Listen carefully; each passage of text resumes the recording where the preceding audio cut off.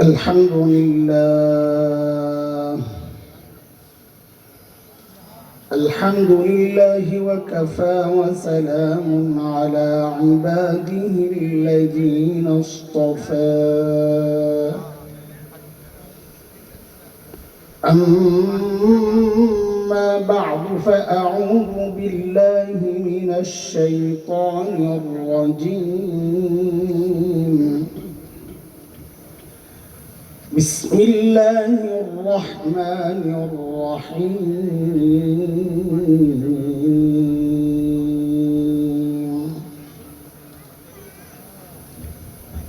لقد من الله على المؤمنين إذ بعث فيهم رسولا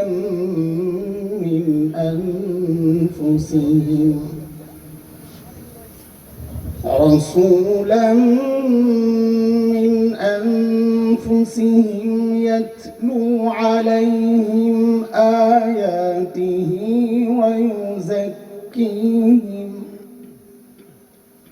ويزكيهم ويعلمهم الكتاب والحكمة وإن كانوا من قبل لفي ضلال مبين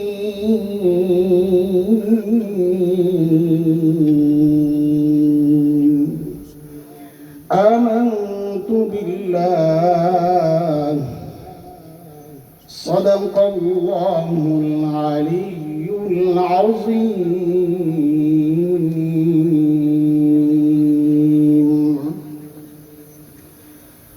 জামিয়া ইসলামিয়া ধর্মসর মহিলা মাদ্রাসার উদ্যোগে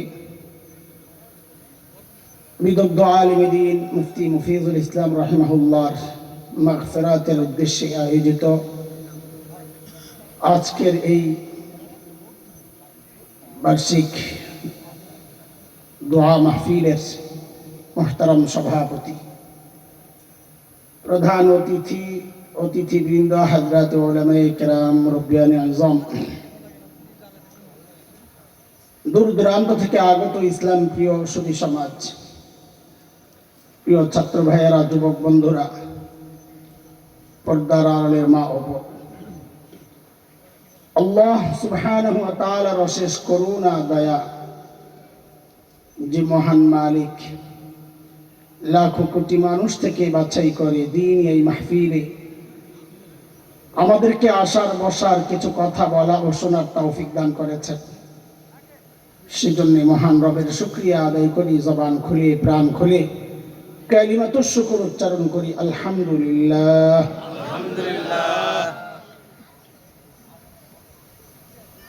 মুহতারাম হাজরিন,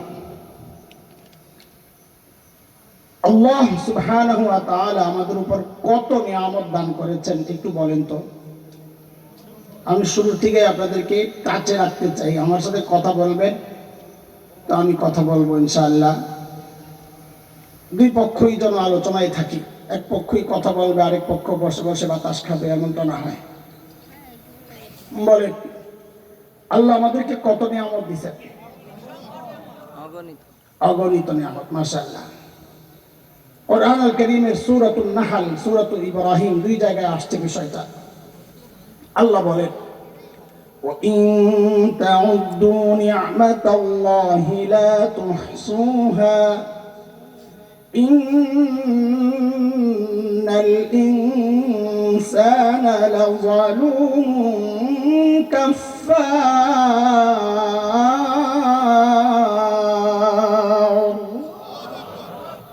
আল্লাহ বলেন, এত নিয়ামত দিছি, যদি গণে শেষ করতে পারবা না। আচ্ছা বলেন তো, এই সবগুলো নিয়ামতের মান মর্যাদা এক না বড় ছোট আছে? যেমন আপনাকে যদি বলা হয়, হয় তোমার কল্লা দাও আর না হয় হাতটা দাও, কোনটা দিবে? তার মানে আপনার কাছে কল্লা আর হাতের নিয়ামত এক না, বড় ছোট আছে। আল্লাহ আমাদেরকে যত নিয়ামত দিচ্ছেন, এই সমস্ত নিয়ামতের মধ্যে কোন নিয়ামতগুলো বড় নিয়ামত? এর জন্য মুফাসসিরিনে কিরাম কিছু মূল নীতি নির্ধারণ করেছেন। এর মধ্যে একটা মূলনীতি হচ্ছে এমন, যে সমস্ত নিয়ামত বর্ণনার ক্ষেত্রে আল্লাহ শব্দ মান ব্যবহার করেছেন, মান না এমন নয়, মানি বাংলা অর্থ হল খোটা দেওয়া। যে নিয়ামতগুলোর ক্ষেত্রে আল্লাহ এই শব্দ ব্যবহার করেছেন, বুঝতে হবে ওই নিয়ামতগুলো বান্দার জন্য আল্লাহর দেওয়া বড় নিয়ামত। কারণ খোটা আমরাও ছোটটার দিই না, বড়টার দিই। কথার কথা, আপনি একজনকে 100 টাকা দিচ্ছেন, ওই একই ব্যক্তিকে আপনি 1 লক্ষ টাকা দিচ্ছেন, খোটা দিলে কি বলবেন? তোরে না একদিন 100 টাকা দিছিলাম, এটা বলবে? কথা বল, কি বলবে? 1 লক্ষ। খোটা কোনটা দেয়? তো আল্লাহ যে সমস্ত জায়গায় ওই মান শব্দ ব্যবহার করেছেন, বুঝতে হবে যে ওই নিয়ামত গুলো বান্দার জন্য আল্লাহর দেওয়া বড় নিয়ামত। যেমন সূরা হুজুরাতের শেষ আয়াতের আগের আয়াত, ওখানে আল্লাহ একটা নিয়ামতের কথা বলতেছেন। আল্লাহ বলেন, ইয়ামুন্নুনা আলাইকা আন আসলামু কুল লা তামুন্নু আলাইয়া ইসলামাকুম বালিল্লাহু ইয়ামুন্নু আলাইকুম আন হাদাকুম লিল ঈমান ইন কুনতুম সাদিকিন।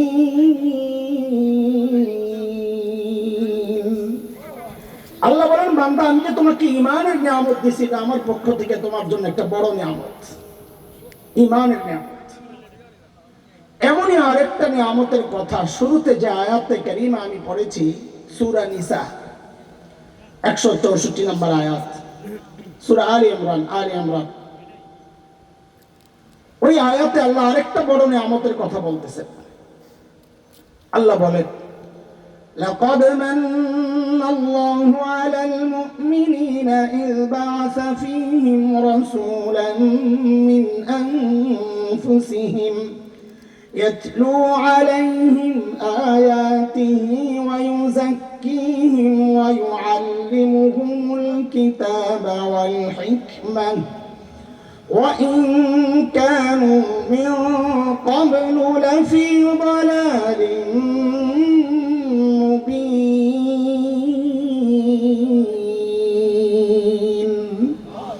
আল্লাহ বলেন, বান্দা আমি আমার শ্রেষ্ঠ রসুলকে তোমাদের রসুল বানায়া পাঠায়া আমি তোমাদের উপর আরেকটা বড় নিয়ামত দান করছি। কাজেই আখিরি পয়গম্বরকে নবী হিসাবে পাওয়া, এটা আমাদের জন্য আল্লাহর পক্ষ থেকে একটা অন্যতম বড় নিয়ামত। সেই নিয়ামতটা কত বড় তাকে আমরা জানি। আমরা কি নবী চিনি কিনা? চিনেন? নবী চিনেন? এই তাড়াতাড়ি আমার সাথে কথা কন, চিনলে কোন না চিনলে কোন, একটা তো কইবেন। নবী চিনেন?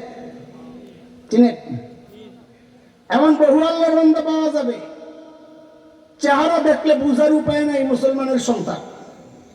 আসলে এরকম সাফান সাফা।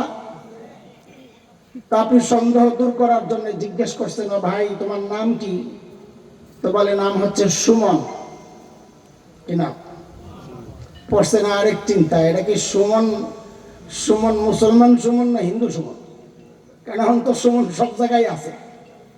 সুমন চট্টোপাধ্যায় না সুমন মোহাম্মদ? সন্দেহ দূর করার জন্য বলে, ভাই তুমি কি নবী চিনো? ওরে খোদা, এই কথা বলতে দেরি এমন খেপা খেপসাই না। নবী চিনে না মানে আশিক রাসূল। বাপরে বাবা, আশিক রাসূলের চেহারা দেও না। তেমন নবী চেনার লোকেরও অভাব নাই। আজকে আমরা কিছু সময় আমাদের ভাই, আমাদের রাহবার, আমাদের বন্ধু আল্লামা মামুনুল হক হাফিজাহুল্লাহ আসার আগ পর্যন্ত চলেন আমরা কিছু সময় আজকে নবী চিনি। ঠিক আছে ইনশাআল্লাহ? বলেন আজকে কি চিনবো? কি চিনবো?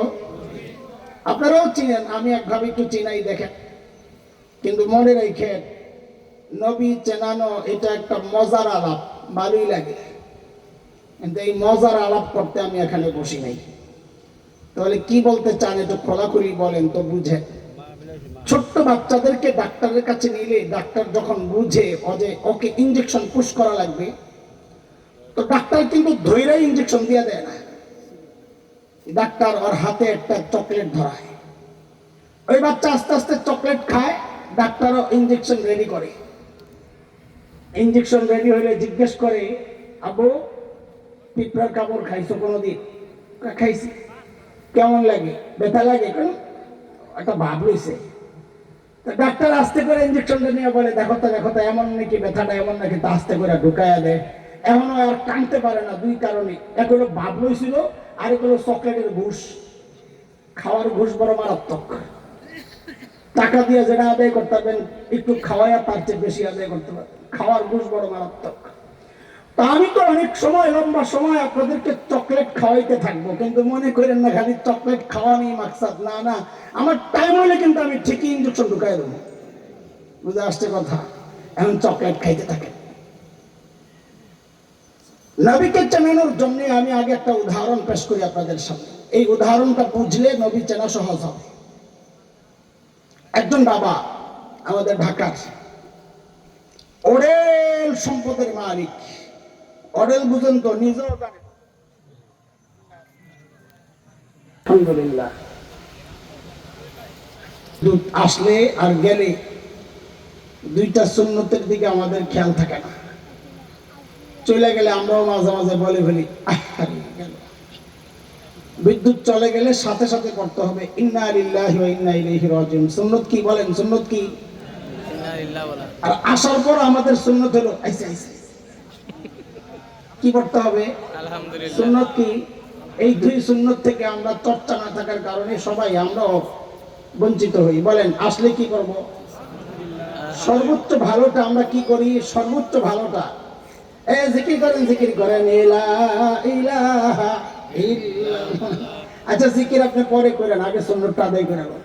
কি করবেন? বিদ্যুৎ গেলে সাথে সাথে কি করবেন? ইন্না লিল্লাহ। মনে থাকবে ইনশাআল্লাহ? আমারই থাকে না, আপনার কথা। অরেল সম্পদের মালিক এক বাবা। আচ্ছা বলেন তো, সম্পদ বেশি থাকলে ওই বেড়ার মানসিকতা নরম না গরম? গরম। আবার অরেল, অরেল বুঝেন, নিজেও জানে না কত টাকা আছে। গরম কম না বেশি? ওই বাবার একটা বাচ্চা, বাচ্চা যেহেতু একটা, বাবার সাথে বাচ্চার সম্পর্কটা স্বাভাবিক হালকা না অনেক গভীর হওয়ার কথা। একটাই তো বাচ্চা, বাচ্চাটা আবার মেয়ে। মেয়ে এখন মেয়ের সাথে বাবার সম্পর্ক ছেলের তুলনায় একটু আরো গভীর থাকে। ঘটনাক্রমের চক্রে মেয়েটা খুবই সুন্দরী। এখন বলেন তো, এই বাবার অবস্থা কি? নরম না গরম? কত গরম? হালকা না অনেক বেশি? কেন? গরমের অনেকগুলো উপকরণ তার মধ্যে জমা হয়েছে। এক, অডেল সম্পদের মালিক। দুই, বাচ্চা একটা। তিন, সেটাও মেয়ে। চার, সেটাও সুন্দরী। ওই মেয়ে বিয়ের উপযুক্ত হয়েছে। বিয়ের উপযুক্ত হলে মেয়েদের প্রস্তাব আসে, এটি স্বাভাবিক। আর এমন মেয়ের প্রস্তাব একটু বেশি আসবে, বিয়ে করলেই তো ধনী, এক বাবার এক মেয়ে, বেকার পোলাপান এগুলোই তো খোঁজে। তো একজন আসছে প্রস্তাব নিয়ে, তো বাবা তাকে জিজ্ঞেস করেন, আপনি কেঠা? ওই ঢাকায় মনে আছে তো আপনাকে লগের, আপনি কেঠা? আমি পোলার খালু হই। কি হয়?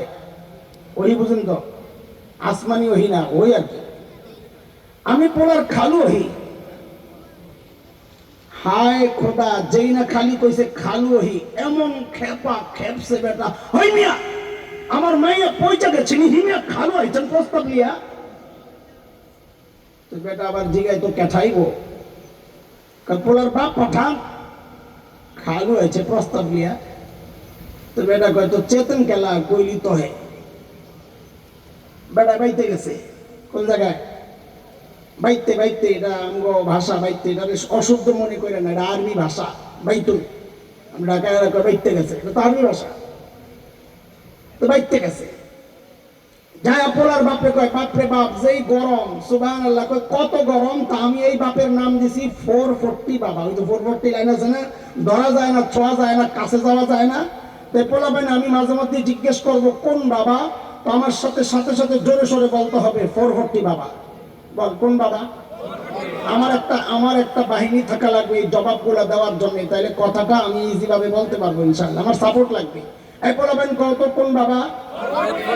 440 বাবা। স্টেজ থেকেও 2-4 কইেন, তা আমি বুঝবো যে হ্যাঁ বুঝতেছে। আবার বলো কোন বাবা? 440 বাবা। বাবারে খালু কয় ভাই তুমি যাও ভাই, তুমি যাও তোমার পোলার প্রস্তাব লইয়া। যেই গরম বাপরে বাপ 440। দুদিন পরে পোলার বাপ আইছে, আয় বলতেছে আমি ওই পোলার বাপ। কো আপনি?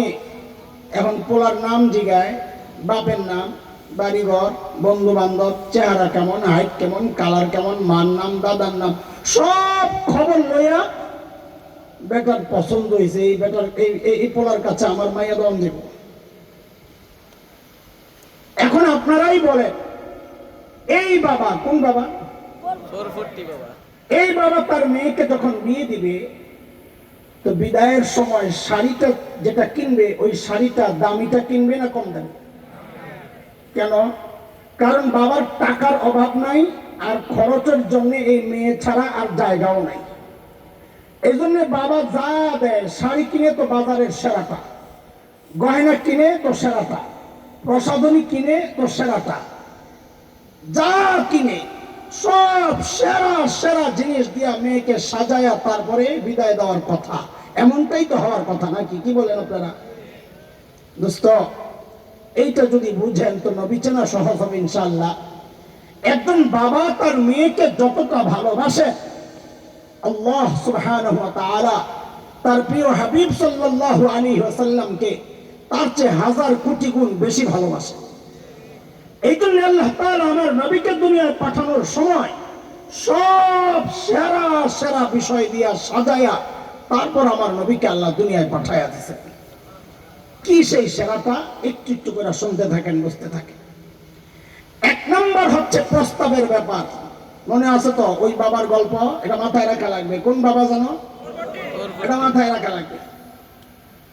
1 নম্বর সেরা হচ্ছে আল্লাহর সিদ্ধান্ত, আমি আমার নবীকে দুনিয়ায় ফিরিতে পাঠাবো না, প্রস্তাব দিয়ে আমার কাছ থেকে নিতে হবে। দুনিয়ার মানুষের স্বভাব হইল ফ্রিতে যে জিনিস পাওয়া যায় সেই জিনিসের মূল্য দিতে চায় না। যে জিনিস অর্জন করা যত কষ্টের, ওই জিনিসের মূল্য মানুষের কাছে তত বেশি। কথা বলুন ঠিক না? হ্যাঁ, আল্লাহর সিদ্ধান্ত আমি আমার নবীকে ফ্রিতে দিব না। তো বলে কেমনি দিবেন? বলে আমার কাছ থেকে চাইয়া নিতে হবে, প্রস্তাব দিয়ে। আমার নবী এত সস্তা না। বলে প্রস্তাব কে দিবে? বলে খালু মালু চলবে না, বাবার দেওয়া লাগবে। বাবা, ওর আগের মনে আছে, ওটা মাথায় রেখেন। প্রস্তাব কার দেওয়া লাগবে? বলেন কার? খালু মালু। তা আমার নবীর বাবাকে জোরে বলেন, আরো জোরে বলেন। আর হয়েছে তো, জোরে বলেন না, ডরেন কেন? মিল্লাতা আবিকুম ইব্রাহিম হুয়া সাম্মাকুমুল মুসলিমিন।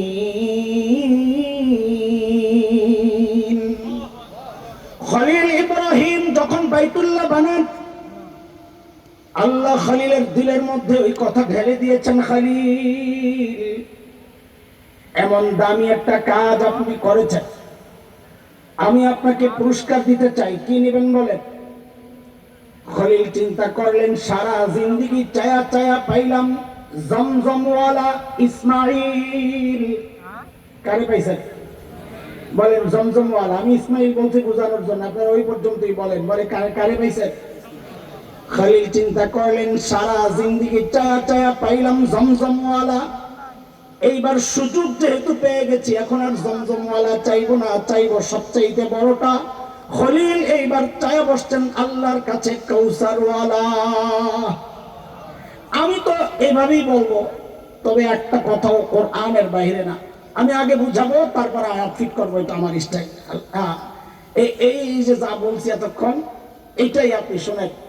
খলিল যখন বাইতুল্লাহ বানাইলেন, হাত উঠাইলেন আল্লাহর কাছে, চাইতেছেন প্রস্তাব। কি দেন?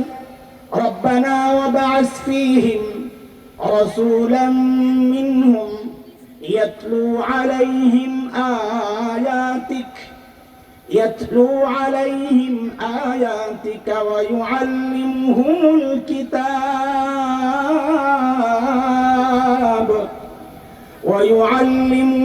الكتاب والحكمة ويزكيهم إنك أنت العزيز الحكيم.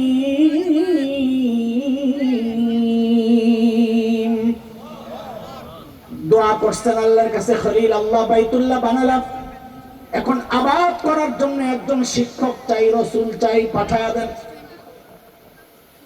দোয়া করছেন খলিলুল্লাহ। বলেন প্রস্তাব পাঠাইলেন কে? বলেন তাড়াতাড়ি, কথা বলা লাগবে। প্রস্তাব পাঠাইলেন কে? জোরে কোন? পাশে কিন্তু বসা জাবিহুল্লাহ ইসমাঈল। বলে আপনি বুঝলেন কেমনে? কারণ দোয়ার আগে যে আয়াত আছে, আল্লাহ বলে وَإِذْ يَرْفَعُ إِبْرَاهِيمُ الْقَوَاعِدَ مِنَ الْبَيْتِ وَإِسْمَاعِيلُ।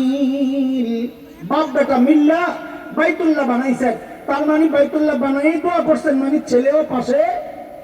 তাহলে বলেন প্রস্তাব পাঠাইলেন কে? জোরে কয় না, এত আস্তে করে হবে না, ছিলেন না, মানুষ আইতেছে, আগে থেকে গলা পরিষ্কার করেন। বলেন তখন তো শিক্ষা দেওয়া লাগবে, তাকে একটু ক্লিয়ার করে আলেন না। বলেন প্রস্তাব পাঠাইলেন কে? আরো জোরে চিৎকার করে বলেন তো, প্রস্তাব পাঠাইলেন কে? পাশের থেকে ওই প্রস্তাবে সুপারিশ লাগায় দিছেন আমিন বইলা জাবিহুল্লাহ। কে কে কে কে কে? আরে জোরে কও কে? বলেন প্রস্তাব পাঠাইলেন কে? সুপারিশ করলেন কে? যেই অফিসে বসে বসে কারবার চলছে, অফিসের নাম বাইতুল্লাহ। অফিসের নাম কি? অফিসের নাম কি?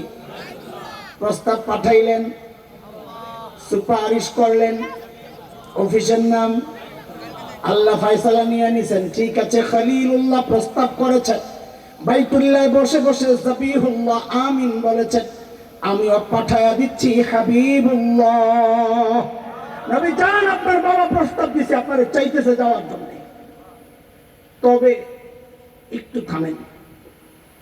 কেন? একটু আমি মাহফিলটারে গুছাই লই। মাহফিল একটা এলোমেলো হয়ে গেলে প্রধান বক্তা আসতে দেরি হইতেছে। জ্যামে আটকায় গেছে রোহিতপুর, এমন সিপাই পড়ছে দুই পাশে থেকে দুই ট্রাক। আরে টাইম মতো বক্তা না আসলে আয়োজক কলিজা শুকাইয়া শুটকি হয়ে যায় কলিজাটা। এর মধ্যেই ফোন আসছে, মাওলানা আমার আসতে একটু দেরি হইব। এখন আগের বক্তা বেচারারে বসাইছিল 10টা পর্যন্ত, যে আপনি 10টা পর্যন্ত বয়ান করবেন। ওই বেচারার টাইম দেখে দেখে 10টা পর্যন্ত একটা ফিনিশিং দিয়ে দিস। এখন 10টায় যদি একটা স্লিপ আসে, আরো 10 মিনিট চালায় নেন, যত বড় বক্তা হোক মেজাজটা খারাপ হয়ে যায়। কেন? আমি তো ফিনিশিং দিয়ে দিছি, এখন এই 10 মিনিট চালাইতে হইলে আমার এলোমেলো কিছু কথা বলতে হবে। আর পাবলিক এত ডিজিটাল, তখন বুঝে কথা আর এখন লাইনে নাই। যেহেতু লাইনে নাই, তো পাবলিকের মধ্যে শ্রেণী হয় 3টা। কয়টা? আরে জোরে কওয়া লাগবে তো, মজা করে শুনতে হবে তো। এটা কি চকলেট খাওয়াইতেছি? চকলেট মনে আসেনি তো? চকলেট তো মজা করে খাইতে হবে না, এটা ইঞ্জেকশন সহ্য হইব না। তো মাহফিলের মানুষের শ্রোতাদের শ্রেণী হয় কয়টা?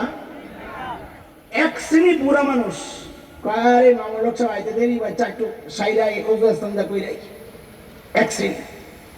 আরেক শ্রেণী চিন্তা করে জাগা সাল্লার পাবো না, বলে তাই চুপচাপ। আরেক শ্রেণী আছে একটু ভালো অভ্যাস আছে, দূরে যাই একটু শয়তানের লেনদেনা টানে। আসেনিও এই পোলাপান আবার এটা দিস্তা বিড়ি খাওয়া দেয়ছে। সুবহানাল্লাহ, তো করে বড় ডর লাগে আমার, মাফ চাই। পোলাপান ভাইরাল বানাইলে বুঝে এবার বিড়ি খাওয়া দেখাইলেন অমক। এর মধ্যে আমার হাতে তো নাই কিচ্ছু, ওই জায়গায় বিড়ি একটা হেরা এডিট করে লাগাই দিব। যেই শয়তান এটি, সুবহানাল্লাহ, আল্লাহ মাফ চাই।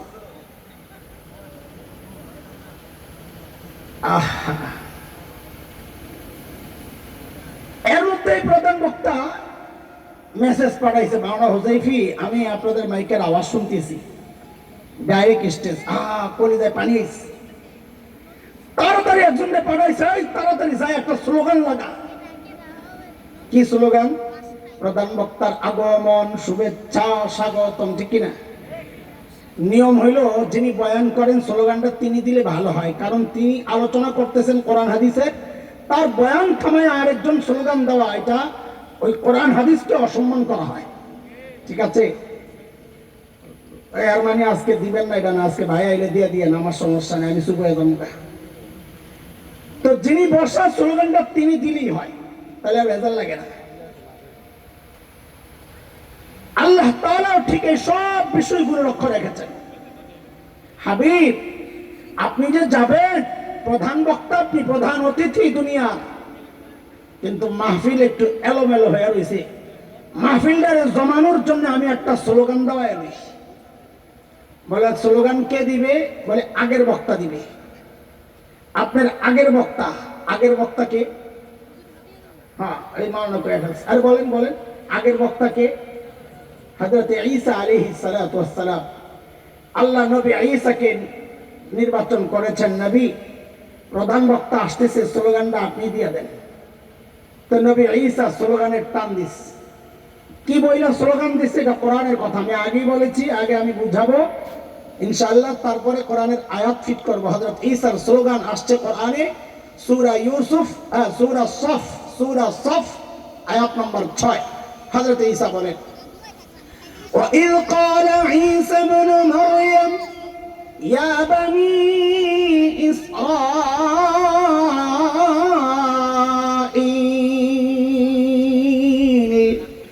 إِنِّي رَسُولُ اللَّهِ إِلَيْكُمْ مُصَدِّقًا لِمَا بَيْنَ يَدَيَّ مِنَ التَّوْرَاةِ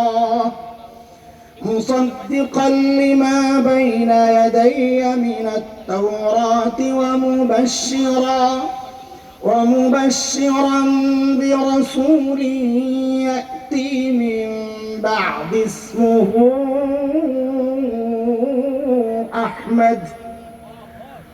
বনি ইসরাইল শোনো শোনো, এতদিন আমি ওয়াজ করছি, এখন প্রধান বক্তার আগমনের সুসংবাদ শোনো। মুবাশশিরাম বিরাসূল ইয়াতি মিন বাদি, যিনি আসছেন আমার পরে, তার নাম হচ্ছে আহমদ। অদস্ত খেয়াল করে, হযরত ঈসা আলাইহিস সালামের স্লোগানের বক্তব্যের মূল পয়েন্ট ছিল দুইটা। কয়টা? এখান থেকে বেশি মনোযোগ লাগবে। হযরত ঈসার বক্তব্যের পয়েন্ট ছিল কয়টা? এক নম্বর ছিল, ও বনি ইসরাইল, ইন্নী রাসূলুল্লাহি ইলাইকুম, আল্লাহ আমাকে তোমাদের রাসূল বানায়া পাঠাইছেন। এটা আমার সাথে সবাই মুখস্থ করেন, কারণ বাংলাদেশের অনেক বড় বড় ফিতনার মূল পয়েন্ট এটা। এই জিনিস না বুঝার কারণে আমরা ফিতনাও বুঝি না, ফিতনার বিপক্ষে যে আলেমরা প্রতিবাদ করেন তাদের সঙ্গ দেই না, কিন্তু নাম দিছি নিজের নবীর আশিক। এই জন্য এই বিষয়টা বোঝা লাগবে। হযরত ঈসার বক্তব্যের মূল পয়েন্ট কয়টা? বলেন কয়টা? এক নম্বর, আমার সাথে বলেন, ও বনি ইসরাইল। সবাই বলেন, ও বনি ইসরাইল, আল্লাহ আমাকে তোমাদের রাসূল বানায়া পাঠাইছেন। তাহলে হযরত ঈসাকে আল্লাহ কাদের রাসূল বানায়া পাঠাইছেন? চিল্লায় এখন তো জোরে কোন, আরো জোরে। ওই যে আজকের ইহুদিরা, ওরা ওদের জন্য রাসূল বানায়া পাঠাইছেন আল্লাহ নবী ঈসাকে। এটা মাথায় রাখেন, এটা আমাদের আলোচনার মূল পয়েন্ট। এই জন্য কথাটা আবার বলেন, ও বনি ইসরাইল, আল্লাহ আমাকে তোমাদের রাসূল বানায়া পাঠাইছেন। মনে থাকবে ইনশাআল্লাহ। এটা কিন্তু আমাদের ইনজেকশনের সুই, এটা পরে আবার চাইবো ইনজেকশন দেওয়ার টাইম হইলে বলবো সুইটা দেন, তখন এটা বাইর করে দেওয়া লাগবে ইনশাআল্লাহ। ঠিক আছে? হযরত ঈসার 2 নম্বর বক্তব্যের 2 নম্বর অংশ, এতদিন তো বয়ান আমি করেছি, আমার পর আসছেন প্রধান অতিথি, প্রধান রাসূল, যার নাম হবে আহমদ। আল্লাহ আমার নবীকে আল্লাহ যা দিছে সব সেরা সেরা জিনিস দিয়া সাজায়া পাঠাইছেন। আরে নাম দিছেন তো দুইটা সেরা নাম, আল্লাহ আমার নবীকে দিয়া দিছেন। সুবহানাল্লাহ। আমার নবীর এক নাম আহমদ। আহমদ মানে সবচেয়ে বেশি প্রশংসাকারী। আল্লাহর নবী মাকামে মাহমুদের মধ্যে সিজদায় পড়ে আল্লাহর এমন এমন শব্দে প্রশংসা করবেন, নবী বলেন ওই শব্দে আর কেউ কোনোদিন প্রশংসা করে নাই, করবেও না। আমার নবীর আরেক নাম মুহাম্মদ। মুহাম্মদ মানে সবচেয়ে বেশি প্রশংসিত। কিয়ামত পর্যন্ত একজন মানুষের প্রশংসা এর চেয়ে বেশি আর হয় নাই, কোনোদিন হবেও না। কাফেররা এই নাম লইয়া পড়ছিল বড় মুসিবতে। হাটে ঘাটে বাজারে যায়া মানুষের কাছে বলে, একজন মানুষ খারাপ লোক, তার কাছে যাইবা না। বলে নাম কি? কয় মুহাম্মদ। তো পাবলিক বলে যিনি সবচেয়ে বেশি প্রশংসিত তিনি আবার খারাপ হয় কেমনে? এটা কি কথা কোন আপনারা? লাগছেনি বেজাল? আইসা মিটিং বসে অফিসে, নাম পাল্টাও। মিটিং এর এজেন্ডা কি? বলেন মিটিং এর এজেন্ডা কি? নতুন নাম দাও। এই নাম দিয়ে বদনাম করা যায় না। মানুষ ধরে যিনি সবচেয়ে বেশি প্রশংসিত তার আবার বদনাম কি? আল্লাহ সারাইছে। এই যুগের কোন পান্ডা ছিল না। এই যুগের মুরগি চোরারা যদি ওই মিটিং এ থাকতো তো কইতো তেতুল হুজুর নাম দিয়ালো। কথা কয় না? কি দিত? তো ওই যুগের মুরগি চোরারা একটা নাম বাই করছে। সেটা কি? মুজাম্মাম। মুহাম্মদের পরিবর্তে মুজাম্মাম মানে সবচেয়ে বেশি নিন্দিত। নাউজুবিল্লাহ পড়বেন না। আপনাকে কলিজায় লাগে না এটা শব্দটা? আমার তো বলতেই কষ্ট লাগে। সবচেয়ে বেশি নিন্দিত। এখন বাজারে যায় বলে, এই ওই যে মুজাম্মাম আছে না, তার কাছে যাওয়া যাবে না। 40 বছর থেকে মানুষ চিনছে একজনকে মুহাম্মদ নামে। হঠাৎ করে নাম পাল্টায় মুজাম্মাম বলে, এখন আর কেউ চিনে না। কার কথা কও? চিনলাম না তো। লাগছেনি রেজাল্ট? আল্লাহু আকবার কইবেন না? আরে আল্লাহ আমার নবীর এমন নাম রাখছে, কিয়ামত পর্যন্ত তুমি বদনাম করবা করবা করবা। দিন শেষে জিজ্ঞেস করা হবে তুমি ইন্না লিল্লাহ ইন্না লিল্লাহ। হেরা কি আমগো সুন্নত মনে আছে? এটা টেস্ট করে নাকি? বাতাস কি প্রাকৃতিক বাতাস? এত বাতাস গাছ তোলার না। আমি খালি গাছের দিকে তাকাই আর বাতাসের অনুভব করি। গাছগুলা মনে হয় চারিদিকে বন্ধ না, বাতাস চলতেছে অনেক না? ও মাশাআল্লাহ, আলহামদুলিল্লাহ। বাতাস আর ঝড় বৃষ্টি আর ভালো করে মাহফিল যাক, তাও একটু বৃষ্টি হোক। যে গরম লাগতেছে, মাহফিল গোল্লায় যাক, গরম লাগতেছে। আচ্ছা শোনে, সারা জিন্দেগি বদনাম করার পর জিজ্ঞেস করা হবে তুমি কার বদনাম করলা? কয় যিনি মুহাম্মদ। কয় মাথা খারাপ হয়েছে বেটা। সবচেয়ে বেশি প্রশংসিত মানুষের আবার বদনাম হয় কেমনে? আল্লাহ এমন এক নাম রাখছেন যে বদনাম করার কোনো রাস্তা নাই। নাম বাদ দিয়ে বদনাম করতে হবে। আল্লাহ আমার নবীকে যা দিয়েছেন সব সেরা সেরা জিনিস দিয়ে সাজায়া দুনিয়ায় পাঠাইছেন। এর দোস্ত কিতাব দিছেন তো সেরা, বন্ধু দিছেন তো আবু বকরের মতো সেরা বন্ধু আমার দোস্ত বলে গেছে। চেহারা দিছেন তো সেরা, চোখ দিছেন তো সেরা, নাক দিছেন তো সেরা, হাসি দিছেন তো সেরা, আখলাক দিছেন তো সেরা। যেইটাই নিবেন আমার নবীর সব খালি সেরা আর সেরা আর সেরা। কারণ আল্লাহ সব সেরা দিয়েই তো আমার নবীকে দুনিয়ায় পাঠাইছেন। বরকত দিছেন ঢাইয়া।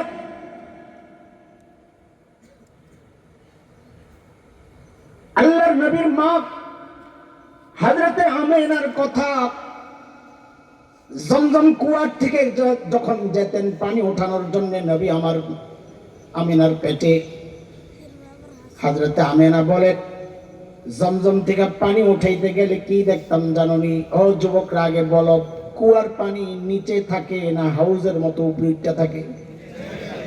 কোথায় কোথায়? জোরে কও কোথায়?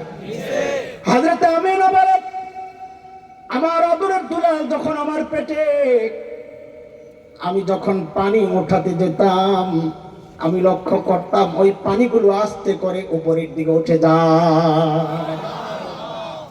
আমি চলে আসলে আবার পানি নিচে চলে যেত। মক্কার মেয়েরা আমাকে বলতো, বোন একটু দাঁড়াও না, তুমি থাকতে থাকতে আমরা একটু পানিটা উঠায় আলো, একটু দাঁড়াও না। বরকত আর বরকত। হযরত হালিমাতুস সাদিয়ার বক্তব্য আসছে হাদিসের কিতাবে।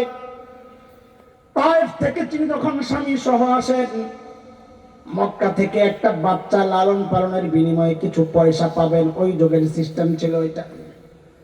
হযরত হালিমারা গরিব মানুষ, বাহন ছিল দুর্বল, ধরেন এই যুগের পচা গাড়ি একটা, আস্তে আস্তে দেরি হয়ে গেছে, সবাই আগে আগে আইসা মক্কার সব ধনী ঘরের ছেলেদেরকে আগে আগে নিয়ে নিছে, পয়সা বেশি পাবে ধনীর পোলারে নিলে।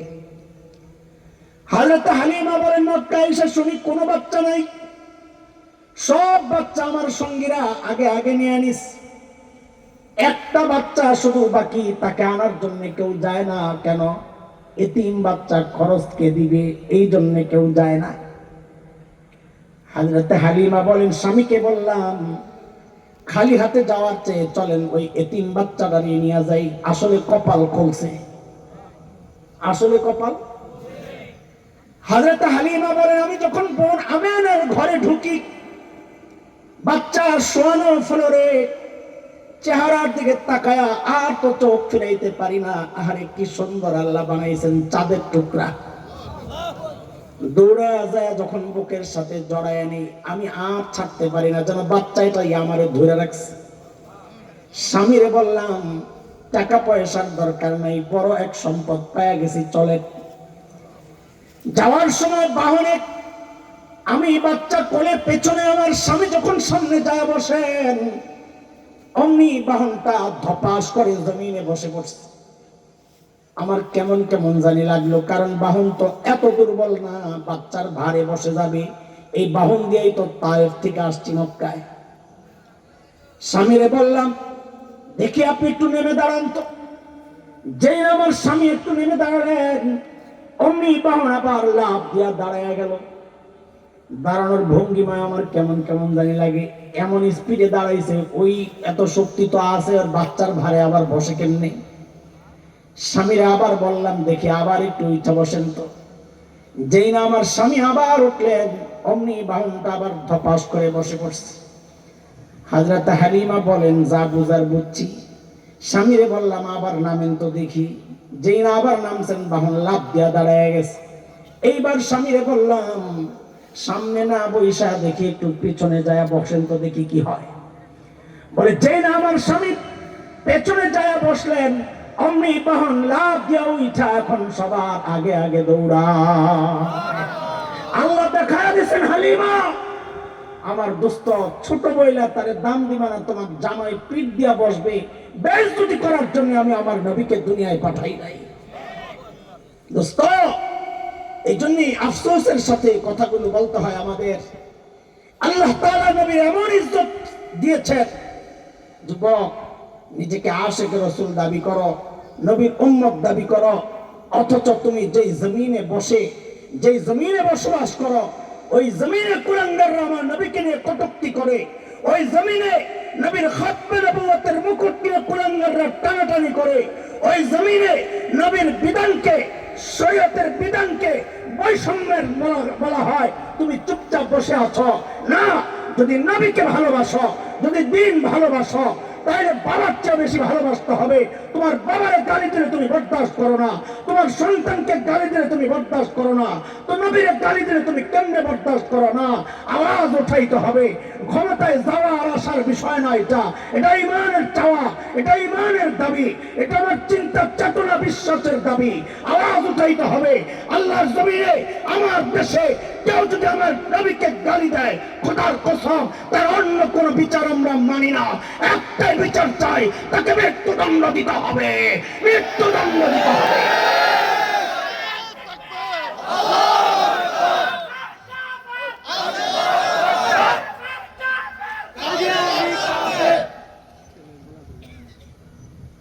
হযরত হালিমার বাহন এখন সবার আগে আগে দৌড়ায়। তায়েফের মেয়েরা জিজ্ঞেস করে হালিমা বাহন পাল্টাইছো নাকি? কয় না আগেরটাই। তো কিছু খাওয়াইছো নাকি? কয় না কিছুই খাওয়াই নেই। কতই জোর পাইলো কই? হযরত হালিমা বলে এটা বাহনের কোনো কারামতি না, এটা আমার কুরাইশি মেহমানের বরকত। এরে দোস্ত, যেহেতু ইনজেকশন পুশ করাই আমার মাকসাদ, এগুলো বলা বেশি লম্বা সময় বলতে পারবো না, তাইলে মূল পয়েন্ট হারায় যাবে। আল্লাহ আমার নবীকে সুন্দর বানাইছে। কেমন সুন্দর? হযরত ইউসুফের সুন্দর ছিলেন, কিন্তু আমার নবীর সৌন্দর্যটা একটু আলাদা। চোখের দিকে তাকালে মনে হতো এর চেয়ে সুন্দর চোখ আর হইতে পারে না। আহারে হাসির দিকে তাকাইলে মনে হইতো এর চেয়ে সুন্দর হাসি আর হইতে পারে না। ওই জন্যই তো সাহাবায়ে কেরাম ঘরের কোনায় এসে চুপচাপ দাঁড়ায় থাকতেন। নবী বের হয়ে জিজ্ঞেস করতেন, কি কিছু জানতে চাও নাকি, কেন আসছো? সাহাবায়ে কেরাম বলতেন, ইয়া রাসূলুল্লাহ, কিচ্ছু বলার জন্য আসি নাই, চাওয়ার জন্য আসি নাই, জানার জন্য আসি নাই, আসছি তো এই জন্য আপনি কখন বের হবেন, আপনার চেহারাটা একটু দেখবো। আমার নবী কত সুন্দর ছিলেন। ছোট্ট একটা গল্প শোনাই আপনাদের। হযরত হালিমার ছোট্ট একটা মেয়ে সীমা, কি নাম, বকরি চড়ায়। আস্তে আস্তে একদিন দেরি হয়ে গেছে। হালিমা দিছেন বকা, একে তো বাচ্চা আবার মেয়ে, টেনশন একটু বেশি, দিছেন বকা, এই তাড়াতাড়ি তো না।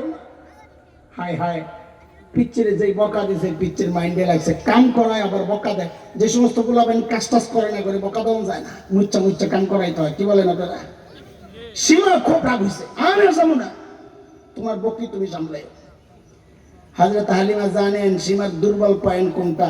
মানুষের ঘায়াল করতে হইলে তার দুর্বল পয়েন্ট হাতে মানুষ। হযরতে হালিমা আস্তে করে বলছেন, যাইবা না? যাইও না, আমার কি, যাও না, তোমার কুরাইশি ভাই না খাইয়া মরবো, আমার কি আয় যায়, যাও না, যাও না, তাক লাগবো না। ও আল্লাহ, যেই কইছে কুরাইশি ভাই না খাইয়া মরবো, এমন সীমা কেন না, যাবো না। ভাইরে খুব মহব্বত করতো সীমা, কিন্তু সীমা সালাক কম না, মা ভাইরে ভালো লাগাইছো তো, ঠিক আছে, আমি যাওয়ার সময় আমি আমার ভাইয়ারে নিয়ে যাব। হালিমা বলে, একাই বকরি সামলাই তারো না, আবার ভাইয়া নিয়ে যাইবা, তো কেমনে সামলাইবা? হযরতে সীমা বলেন, না রে মা, ভাইয়ারে সামলানো আমার জন্য কোনো বিষয় না। ওরে মা, আগের দিনের গল্প তোমারে শোনাই নাই, ওই যে আরেকদিন ভাইয়ারে নিয়ে গেছিলাম রে মা, আমি আমার ভাইয়ারে কোলে নিয়ে হাঁটতেছিলাম, জানো মা, অন্য দিনের মতো বকরিগুলারে ধরাও লাগে নাই, ডাক দেওয়া লাগে নাই, সবগুলো আমার পেছনে পেছনে চলেছে। মাঠে পৌঁছার পর আমি আমার ভাইয়ারে কোলে নিয়ে তার চেহারার দিকে তাকায় আছি। আহারে, একটি সুন্দর চেহারা। মারে, কখন যে দিন শেষ হয়ে গেছে আমার কোনো খবর নেই। সূর্য ডুবে ডুবে আলো আধারি। হঠাৎ তাকায় পেরেশান হয়ে গেছে, ভয় লাগতেছে, উদ্বেগ উৎকণ্ঠা আমাকে পেয়ে বসছে। কেন? আরে না জানি আমার বকরিগুলা হারিয়ে গেছে, কোথাও চলে গেছে। ওরে মা, মাথা উঠায়া কি দেখছি জানোনি? আমি আমার ভাইয়ার চেহারার দিকে যেভাবে তাকায় আছি রে মা, সবগুলো বকরি চারদিক থেকে গোল হইয়া ওইভাবেই আমার ভাইয়ার চেহারার দিকে তাকায় আছে। আহ, কি সুন্দর ছিলেন আমার নবী, আল্লাহু আকবার। হযরত হাসান, কবি হাসান ইবনে সাবিত, এই জন্যই তো নবীর চেহারার দিকে তাকায় তাকায় কবিতা লেখছেন কি, ওয়া আহসানু মিনকা লাম তারা কাত্তু আইনি ওয়া আজমালু মিনকা লাম তালিদিন নিসা খুলিকতা মুবাররাআন মিন কুল্লি আইবিন কাআন্নাকা ক্বাদ খুলিকতা কামা তাশা। আল্লাহু আকবার। বলে, আপনার চেয়ে সুন্দর কোন চেহারা কোনদিন দেখি নাই, আপনার চেয়ে সুন্দর কোন চেহারা কোন চোখ কোনদিন দেখে নাই, আপনার চেয়ে সুন্দর কোন বাচ্চা কোন মা কোনদিন জন্ম দেন নাই। নবী গো, আপনার দিকে তাকালে মনে হয় আল্লাহ আপনাকে সব ত্রুটি মুক্ত করে আপনার চাওয়া অনুযায়ী দুনিয়ায় আল্লাহ আপনাকে পাঠায়া দিছেন, প্যাকেট করা। আয় হায়, যেদিকে তাকাই তো ওইটাই সুন্দর লাগে।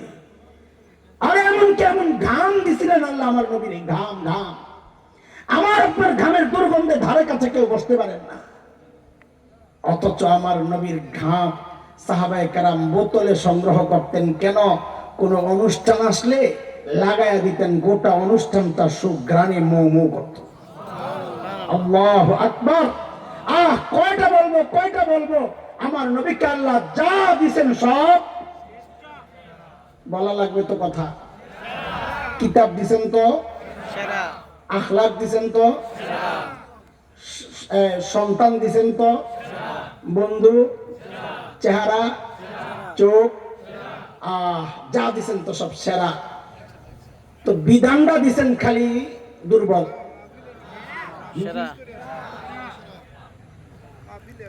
তো এরা কি কয়, এনজিও ওই কর্মীরা, যে দায়িত্ব দেওয়া হয়েছে নারী সংস্কার, নারী অধিকার সংস্কার এই বিষয়ক আইন যেগুলো আছে সংস্কার করার জন্য, এরা কি কয়? ইসলামের আইন বলে নারীর অধিকার বাস্তবায়নে বাধার সৃষ্টি করে। এত আসতে নাউজুবিল্লাহ। আমি তো মনে করছিলাম নাউজুবিল্লাহ কয়া লাভ দিয়ে জুতাটা লয়ে আমি দাঁড়াইয়া যাবেন। আপনাকে ব্যবসা তো ভালো না দেখা যায়। আমি দেখে নিয়ে মনে হয় উঠলে আমার ডিস্টার্ব হবে। তো বলেন সব দিছেন তো? আরো জোরে চিৎকার করে বলেন সব দিছেন তো? আরে ভাই আমি আস্তে আস্তে ইনজেকশনে ঢোকার জন্য আপনাদের একটু রেডি করতেছি। সব সারা দিছেন, কিন্তু একটা জায়গায় একটু আপত্তি। এই শুরু হয়ে গেছে ইনজেকশনের পজিশন। কি সেটা? যে হুজুর ওই যে উদাহরণ দিছিলাম ওই বাপের, কোন বাপ জানো? 440 কোন বাপ মনে আছে তো না? ভুলে গেছেন? আচ্ছা বলেন তো, ওই বাবা তার মেয়েকে কি এমন কোন ছেলের কাছে বিয়ে দিবে যেই ছেলের বাড়ি ঘর নাই? জোরে কন, জোরে কন। আর আপনি দিবেন না, ওই বাবা তো দূরের কথা, আমি আপনি দেবো এমন ছেলের কাছে যার বাড়ি ঘর নাই? কিন্তু এখানেই তো প্রশ্নটা। হুজুর বললেন যে সব সেরা সেরা সেরা সারা, কই এক জায়গায় তো জবাব নাই আপনাদের। বলে কোন জায়গায়? বলে আল্লাহ আমার নবীকে সব সেরা দিলে পাঠানোর ক্ষেত্রে, রাষ্ট্র নির্বাচন করার ক্ষেত্রে, জায়গা নির্বাচন করার ক্ষেত্রে দুনিয়ার সেরা সুন্দর জায়গা কেন নির্বাচন করলেন না? কেন আল্লাহ তাআলা দুনিয়ার সেরা সুন্দর জায়গা সুইজারল্যান্ডে আমার নবীকে কেন পাঠাইলেন না? কেন দুনিয়ার সেরা সুন্দর জায়গা ভূস্বর্গ বলা হয়, দুনিয়ার জান্নাত বলা হয়, কাশ্মীরে কেন পাঠাইলেন না? পাঠাইলেন কোথায়? কোরআনের ভাষায় খলিল ইব্রাহিমের জবানে আসছে পরিচয়টা, ওয়াদিন গায়রি জি যারা। সূরা ইব্রাহিমে ওয়াদিন গায়রি জি যারা, বৃক্ষ লতাহীন জলশূন্য বালুকাময় জায়গা, খাওয়া নাই, পানি নাই, গাছগাছালি নাই, ফল ফসল নাই, হ্যাঁ মরুভূমি, পাথর, পাহাড়, এমন একটা অনুর্বর জায়গায় আল্লাহ আমার নবীকে কেন পাঠাইলেন? প্রশ্ন জাগে কি জাগে না? আগে বলে। এই প্রশ্ন না জাগলে উত্তর কিচ্ছুই বুঝবেন না। প্রশ্ন জাগে কি জাগে না? পাঠানোর কথা ছিল সেরা সুন্দর জায়গায়। কোথায়? মক্কা সুন্দর থাকবো দূরের কথা, আমরা বাংলাদেশের মতো মতো না, সেরাই থাক দূরের কথা। হ্যাঁ গেছেন, দেখছেন না? পাহাড়, পাথর, মরুভূমি, কি আছে? কিছুই নাই, কিছুই নাই। এখানে কেন আল্লাহ আমার নবীরে পাঠাইলেন? তো শুরুতেই শব্দ একটা বলেন আমার সাথে, তাইলে বুঝতে বুঝাইতে আমার সহজ হবে। আল্লাহ আমার নবীকে দুনিয়ার সেরা সুন্দর জায়গায় না পাঠাইয়া পাঠাইলেন জাজিরাতুল আরবে। কোথায়? বলেন শব্দটা আমার সাথে বলেন, বলেন, আবার বলেন, আবার বলেন। সেই ওমান থেকে নিয়ে একেবারে সিরিয়ার কোনা পর্যন্ত, ইরাকের কোনা পর্যন্ত এই পুরা অংশটা হচ্ছে জাজিরাতুল আরব। জাজিরাতুল আরবের ভৌগোলিক অবস্থা শোনাইলাম আমরা। পানি নাই, খাওয়া নাই, ফল নাই, ফসল নাই। অবস্থানটা একটু চিন্তা করেন।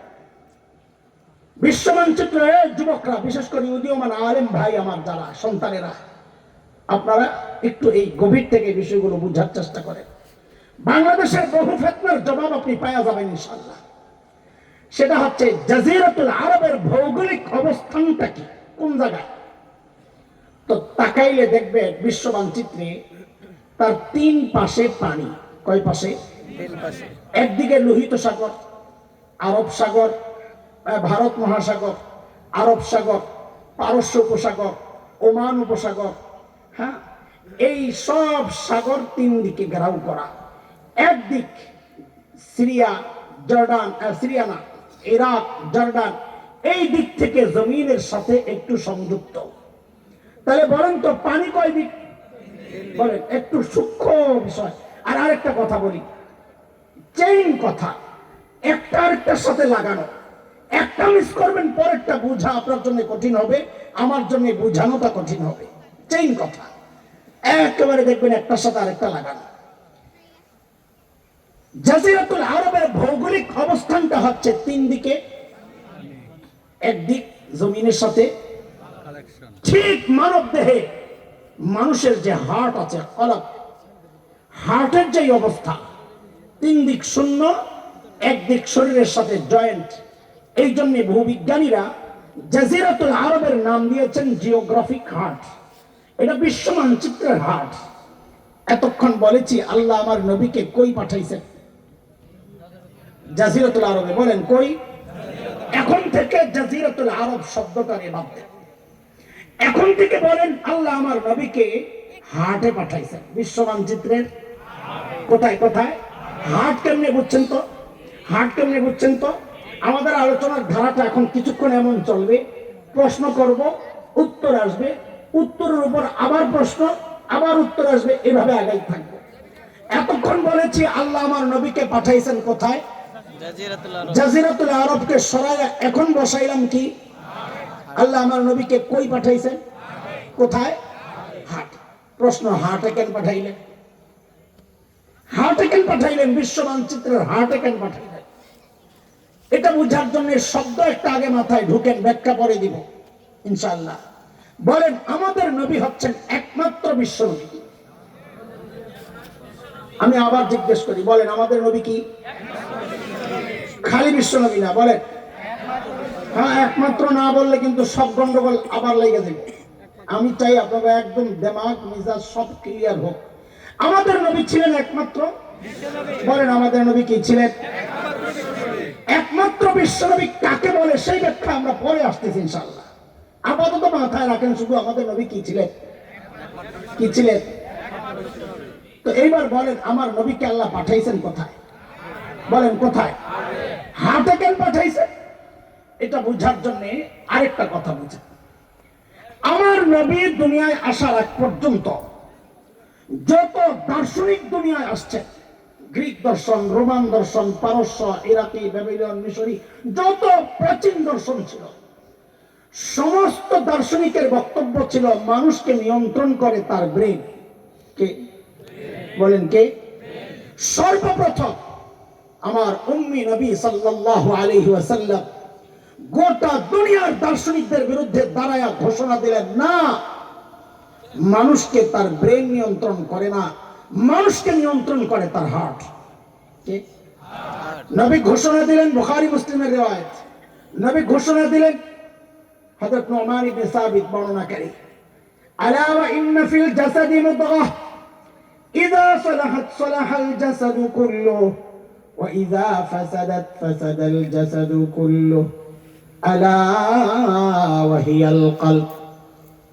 এরে আমার উম্মত, মানব দেহের মধ্যে একটা গোশতের টুকরা আছে, ওই গোশতের টুকরাটা যদি ঠিক হয়ে যায় গোটা বডি ঠিক।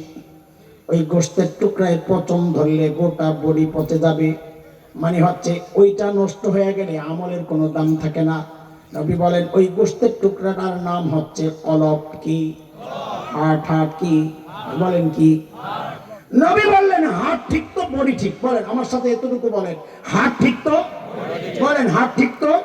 জোরে কোন হার্ট ঠিক তো? আরো জোরে বলেন হার্ট ঠিক তো? এবার বুঝেন আমার নবীকে আল্লাহ হার্টে কেন পাঠাইছেন। নবী আপনি একমাত্র বিশ্ব নবী। এক সময়ের মধ্যে এই সারা দুনিয়ায় দিন প্রচার করা আপনার জন্য কষ্টসাধ্য হয়ে যাবে। আমি আপনাকে হার্টে পাঠাইলাম দুনিয়ার, আপনি জাজিরাতুল আরব হার্টে মেহনত করেন। হার্ট ঠিক হয়ে গেলে আমি সারা দুনিয়ার বডি ঠিক করে দিব।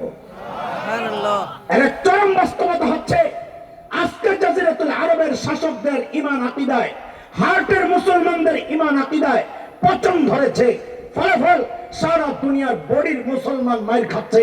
আমি চ্যালেঞ্জ করে বলি, এখনো যদি হার্টের মুসলমান ঠিক হয়ে যায়, আরব কান্ট্রিগুলো ঠিক হয়ে যায়, আরে আমেরিকা, ইসরায়েল কে সারা দুনিয়া মুসলমানদের পায়ের তলে আসতে বাধ্য। কথা বলতে সমস্যাটা কোথায় বুঝতে পারতেছে? হার্টে। হার্টে কোথায়? কোথায়?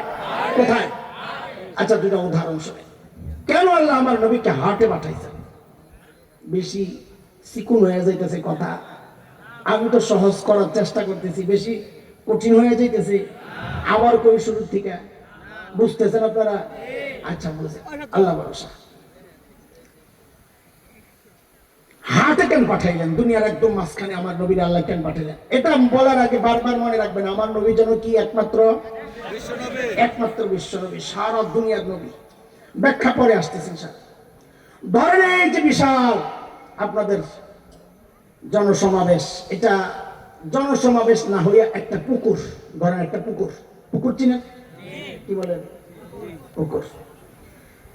আপনি পুকুরের ঠিক মাঝখানে একটা ঢিল ছুঁড়েছেন, তাহলে বলেন তো ঢেউটা চারদিকে ছড়াবে সমান তালে না আগে পরে? সমান তালে। কিন্তু যদি ঢিলটা একদিকে ছুঁড়েন তো ঢেউটা একদিকে দ্রুততার সাথে আছড়ে পড়বে, আরেক দিকে যেতে যেতে সময়ও লাগবে, দুর্বল হয়ে যাবে। কথা ঠিক কিনা? আমার নবী যেন কি একমাত্র বিশ্ব নবী, এই জন্য আল্লাহ সারা দুনিয়া হাটে পাঠাইছেন। কেন? যেন হেদায়েতের নূর সারা দুনিয়ায় সমান তালে ছড়ায়া যায়। আচ্ছা, একটা গল্প শোনে। হযরতুল আল্লামা আব্দুল গফফার রাহমাতুল্লাহি আলাইহি নাম শুনছেন? এদিকে তাকান, এদিকে তাকান। ওদিকে কি দেখেন ভাই? কি দেখেন? এই সুন্দর একজন মানুষ আইতেছে, এদিকে তাকায় গেছে ভাই। আপনি আয়া পরে মেলে খালি তাকায় মনে করছে মাউন্ট ভাই লোক। মাউন্ট ভাই তো সুন্দর দিবে না, আরো লম্বা। যদিও সবচেয়ে লম্বু একটা আইতেছে, আইতেছে মনে হয় আইতেছে। সবার উপরে দেখা যায় মাথা। সুবহানাল্লাহ। আল্লাহ। হযরত আব্দুল গফফার রাহমাতুল্লাহি আলাইহি একজন বড় মুফাসসির ছিলেন, মনে আসেনি? ওলামারা জানেন। আমাদের মামুন ভাইয়ের আব্বা শেখুল হাদিস রহমতুল্লাহ আলাইহির সাথে থাকতেন, চলতেন। বাংলাদেশ খেলাফত মজলিসের আমিরও ছিলেন। হযরত হাফিজজির সাথে সম্পর্ক ছিল। হযরত বয়ান করতেন খুব সুন্দর, আমাদের মতো তো ভুং ভাং ছিল না। কথা বলতেন খুব সাধারণ স্বাভাবিক, কিন্তু খুব দারুণ দারুণ কথা বলতেন। তো হযরত এক বয়ানে এক গল্প শোনাইছেন, আমি ওই গল্পের কাজে লাগে। আমার কাম হলো খালি সরাইয়া সিটায় থাকা মুক্তাগুলো আইনা জমা করে লাইন দিয়ে দেওয়া। তা হযরত গল্প শোনাইতেছেন কি, ওনারা গেছেন কয়েকজন আলেম ইন্ডিয়ায় এক সফরে। তো সকালবেলা নাস্তা দিয়েছে বড় প্লেটের মধ্যে, গরম ধোয়া উড়া টাটকা শুকনা খিচুড়ি, ধোয়া উঠতেছে। ঠিক মাঝখানে একটু ঘি দিয়ে দিয়েছেন। ঘি কি গরমের তাপে ঘি গলে যায়, ওই আঙ্গুল দিয়ে নিয়ে নিয়ে খিচুড়ি দিয়ে মাইকা খাই। Heavy taste. মুখলা রাসন করছে, আমারই তো পানি আয় বসে তলে কি গো। আচ্ছা, গরমের তাপে ঘি গললে কিসের মতো হয়ে যাবে? তেলের মতো। তেলের মতো, ঠিক না? এটা বুঝার আগে আরেকটা কথা বুঝেন। মুসলমান সর্বপ্রথম হিজরত করছে কোন দিকে? আবিসিনিয়া। মক্কা থেকে পশ্চিমে লোহিত সাগর। ওই যে জেদ্দায় গেলে হাদিস আপনারা যে সাগর দেখেন, লোহিত সাগর, এর পশ্চিম পার। আজকের দুনিয়ার মানচিত্রে ইথিওপিয়া, ইরিত্রিয়া যে অঞ্চল, এটা ছিল নবী যুগের হাবশা। তো সর্বপ্রথম মুসলমান হিজরত করছে পশ্চিমে হাবশার দিকে, এরপরে উত্তর দিকে মদিনার দিকে। তো পশ্চিমে যে মাওলানা বসছেন, উনি হঠাৎ করে কাম একটা ঘটাইছে। কি করছে? ঘিয়ের মধ্যে আঙ্গুলটা ঢুকাইয়া নিজের দিকে একটা টান মারে আর বলে, ইসলাম প্রথমে মক্কা থেকে হাবশার দিকে হিজরত করছে। ঘিরে বানাইছে, ইসলাম মাঝখানে টান দিছে, যখন লাইন হইছে এখন সব ঘি ছুটছে ওনার দিকে। কোন দিকে? পশ্চিম দিকে। উত্তর দিকে যে মাওলানা বসছে, ওদিকে সর্বনাশ, ঘি তো সব হাবশাওয়ালা খাই লাগবো। ওরিয়েন্টালি না করে তাড়াতাড়ি আঙ্গুলটা ঢুকায় আর পরে নিজের দিকে একটা টান দেয় আর বলে কি, এরপর ইসলাম মক্কা থেকে মদিনার দিকে হিজরত করছে। ঘি ছুটছে মদিনার দিকে আর হাবশার দিকে। আব্দুল গাফফার সাহেব মৌলবী গো, কারবার দেখছো, ঘি তো এরা দুজনে খাই লইব। আমি আর দেরি করলাম না, হাতাড়িরে ভালো করে বইটা ঘিডারে পুরা খিচুড়িতে মাখলাম আর বললাম, এরপর ইসলাম সারা দুনিয়ায় ছড়াই গেছে। ভালো করে ঘি। ও দোস্ত, আল্লাহ ইসলামকে সারা দুনিয়ার মাঝখানে পাঠাইছেন বলেই আমি আপনি সময় মতো ঘিয়ের ভাগ পাইছি। আরে কথা বলেন না?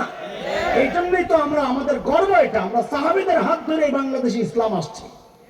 যারা নিশ্চিহ্ন করার চিন্তা করে, ওদের এটা জানা থাকা দরকার, এই দেশের ইসলাম কোন ভাষা ভাষা ইসলাম না।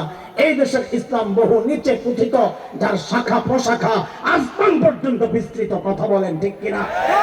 এই শক্তিশালী ইসলামকে এদেশের, যার গোড়া অনেক গভীরে, যারাই নিশ্চিহ্ন করতে আসবে, যেই সুরত ধৈর্য আসুক, ভারতের তাবেদার ওই সুরত ধৈর্য আসুক, আমেরিকার তাবেদার এই সুরত ধরে আসুক, এনজিওর সুরত ধরে আসুক, আর খ্রিস্টান মিশনারি ওই সুরত ধরে আসুক, কাদিয়ানি এই সুরত ধরে আসুক, যেই সুরত ধরে আসুক, যারা ইসলাম নিশ্চিহ্ন করতে চাইবে খোদার কসম তারা নিজেরাই নিশ্চিহ্ন হয়ে যাবে ইনশাআল্লাহ, নিশ্চিহ্ন হয়ে যাবে।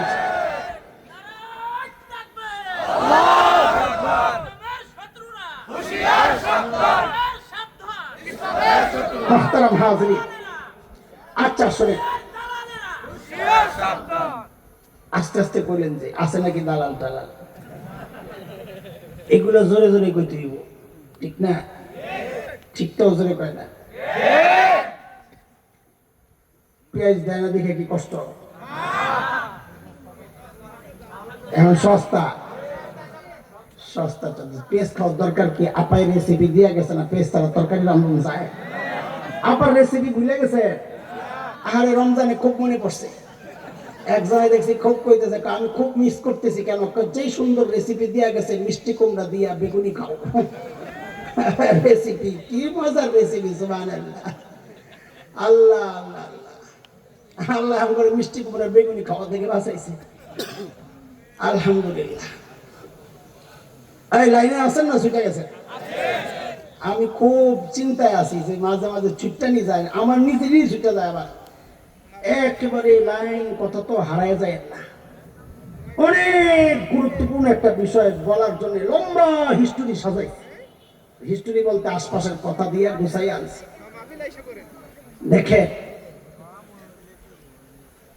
বাংলাদেশে শকুনের আনাগোনা পরিলক্ষিত হচ্ছে, বিশেষ করে এই মুহূর্তে এটা আমরা গভীর ভাবে উপলব্ধি করছি। যুবক, তোমাদেরকে একটু বেশি সতর্ক করতেছি, সময়টা মনে হয় খুব বেশি নাই। যেই সময়ে আক্রান্ত হতে পারে আমার দেশ, এই হাসান জামিলরা হয়তো তখন হাতে লাঠি নিবে ঘরের জন্য, বাড়ির জন্য না। তখন আমাকে একটা পিটা দিতে যেই চিন্তা করবে, তোমাকে পিটা দিতে ওই চিন্তা করবে না। কেন? আমার পিটাইয়া মজা পাবে না। আমরা যখন দেওবন্দে 1997-98 সিজন খুব ধরপাকড় শুরু হয়েছিল, তখন দেওবন্দে তা আমি তখন টিং মাস্টার, একেবারে হ্যাংলা পাতলা ছিলাম, তো ভিতরে যাই আসি, আমার কোনো চিন্তা নাই। আমাদের সাথে ছিলেন একটা একটু মোটা তাজা কালা, এরকম ও একটুও বাইরে তো না, ডরে রাতে ঘুমাইতে যায় ছাদে। আমি কই ভাই তুমি ছাদে যায় ঘুমাও কেন? বাইরে পুলিশ যদি তো করে ধরে, পিঠা একটা দিয়ে আরেকটা দিব না, মায়া লাগবে। আর আমার এই পিঠা যে কি মজাটা পাইব রে পুলিশে। আপনাকে পেটওয়ালা বন্ডরা যেদিন মারা গেল, আমি দেওয়ানবাগির নাম বলছি নাকি? আমি দেওয়ানবাগির নাম বলছিলাম, আপনারা শুনছেন আমি দেওয়ানবাগির নাম বলছি, তারা দেওয়ানবাগির নাম কি জন্য কয়ে ভেজাল লাগায়? আমি তো বলি নাই দেওয়ানবাগির নাম, আপনারা শুনছেন নাকি আমি দেওয়ানবাগির নাম করছিলাম? কারণ নাম বললে ভেজাল লাগানোর দরকার কি, ঠিক না? বলেন বলেন, একবার বলে বাকি নিস, আমি কিছুই বলি না। এক সময় আমি খুব বলতাম, এখন তো বাদ দিছি, বুড়া সুরা হয়ে গেছি, এখন ওই জুয়ানরা কয়। তা আমার এক দোস্ত কয় এর বিরুদ্ধে যে এত বলা আছে, কিন্তু এক ফেতনা থেকে মুক্ত আছে। কোন ফেতনা থেকে? নিজে পুরো আগা গোড়া নিজেই ফেতনা। হ্যাঁ, আবার কোনটা থেকে মুক্ত? কই যে তোমরা হাত বাঁধাবে গেঞ্জাম, কেউ বুকে হাত দিয়ে নামাজ পড়তেইব, আমরা হানাফিরা বলি নাবি বরাবর নিচে, হ্যাঁ কোনো গেঞ্জাম নাই। আমি কি জন্য কয় তোর লাগরই পায় না।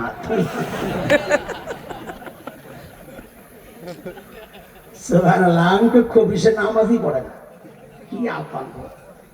যাই হোক, ও যেদিন মারা গেছে সেদিন আমার ওই কথা মনে পড়ছে আমার ভাইয়ের। আমি কই যা যা কবরে যা, ফিরিস্তারা পিড়ে যে কি মজাটা পাইব রে তোরে। ও যুবক, সাবধান, সতর্ক, সচেতন তোমাকেই হতে হবে। আমরা বুড়া হয়ে যাব, হয়তো পিটায় মজা পাবে না, তাই পিটাবে না, ধরে নিয়ে জেলখানায় ফেলায় রাখবে, হয়তো আঘাতটা আসবে তোমাদের উপর। এই জন্য নিজের অস্তিত্ব রক্ষার জন্য চোখ কান খোলো, ঘুম থেকে জাগো।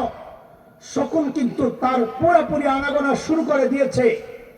লাশের গ্রাম পাইনি শকুন আসে, এখানেও ওরা ওদের নিজস্ব মন্তব্য বক্তব্য, তাদের কৃষ্টি কালচার চিন্তা চেতনা, তাদের দিন প্রতিষ্ঠার গ্রাম পাওয়া গেছে, যে জমিন তৈরি হয়ে গেছে। এনজিও কর্মীরা জমিন তৈরি করতেছে, তোমরা প্রস্তুত হও আসো চারদিক থেকে। সেই এক ভয়াবহ অবস্থা কিন্তু আসছে। তুমি গাজায় যুদ্ধের জন্য প্রস্তুত হচ্ছ, তাই না? আরে তোমার দেশটা যে কদিন পর নিজেই গাজা হবে না তার কোনো গ্যারান্টি নাই। আমরা কিন্তু আশপাশের ওই আনাগোনা দেখে আমাদের ভেতরে কিন্তু ভয় কাজ করা শুরু করেছে। সেই জন্যই কথাগুলো বলছি, কারণ আঘাতটা সবচেয়ে বেশি আসবে তোমাদের উপর। আওয়াজ উঠাইতে হবে, ঘুম থেকে জাগতে হবে, আর ভয় পাওয়ার কোনো দরকার নাই। মুসলমান অস্ত্রের চিন্তা করো না, যে আমাদের তো কোনো অস্ত্র নাই। মুসলমান কোনদিন অস্ত্রের শক্তির কারণে জয়ী হয় নাই, মুসলমান জয়ী হয়েছে ইমানি শক্তির কারণে। তাকায় দেখো আফগানিস্তানের দিকে অস্ত্রের শক্তিতে যদি জয়ী হইতো আমেরিকায় জয়ী হইতো, অথচ আমরা দেখেছি ওই কালিমা ওয়ালারা আমেরিকা নেটুকে কুত্তার মতো পিটায় পিটায় করেছে। অস্ত্রের শক্তি না, মুসলমান জয়ী হবে ইমানে বলে বলিয়ান হয়ে। আশপাশ থেকে ভেসকে দেয় মাঝে মধ্যে, ঢুকে যাবে ভাব, ভয় পাও না, আহ্বান করো, আসো, সাহস করে ঢুকে যাও, খেলা হবে ইনশাআল্লাহ। ছোটবেলা থেকে যে জিহাদি চেতনা লালন করছি, প্রয়োগের বাস্তবায়নের সুযোগ আমরা তো পাচ্ছি না। যুবক প্রস্তুত হও নিজের জীবনকে উৎসর্গ করার জন্য। বড় দাঁড়াও, হাত উঠাও, আল্লাহকে সাক্ষী বানাও। আল্লাহর কসম, আমার জমিন আক্রান্ত হলে একটাও ছাড় দেওয়া হবে না, একটাও ছাড় দেওয়া হবে না।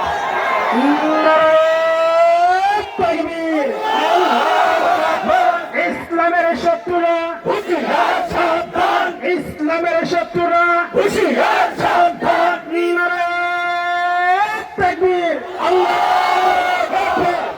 কেন বলছি কথাগুলো শুনে? কয়েক বছর আগে, 8-10 বছর প্রায়, আমরা গেছি দাওয়াতি কাফেলা নিয়ে উত্তরবঙ্গে। বাংলাদেশের বিশেষ দুইটা অঞ্চল, এক উত্তরবঙ্গ, এক পার্বত্য অঞ্চল। আপনাদের অনেকের হয়তো জানা নাই। আমরা মাঠে ময়দানের মানুষ, দায়িত্ব নিয়ে বলছি আপনাদেরকে।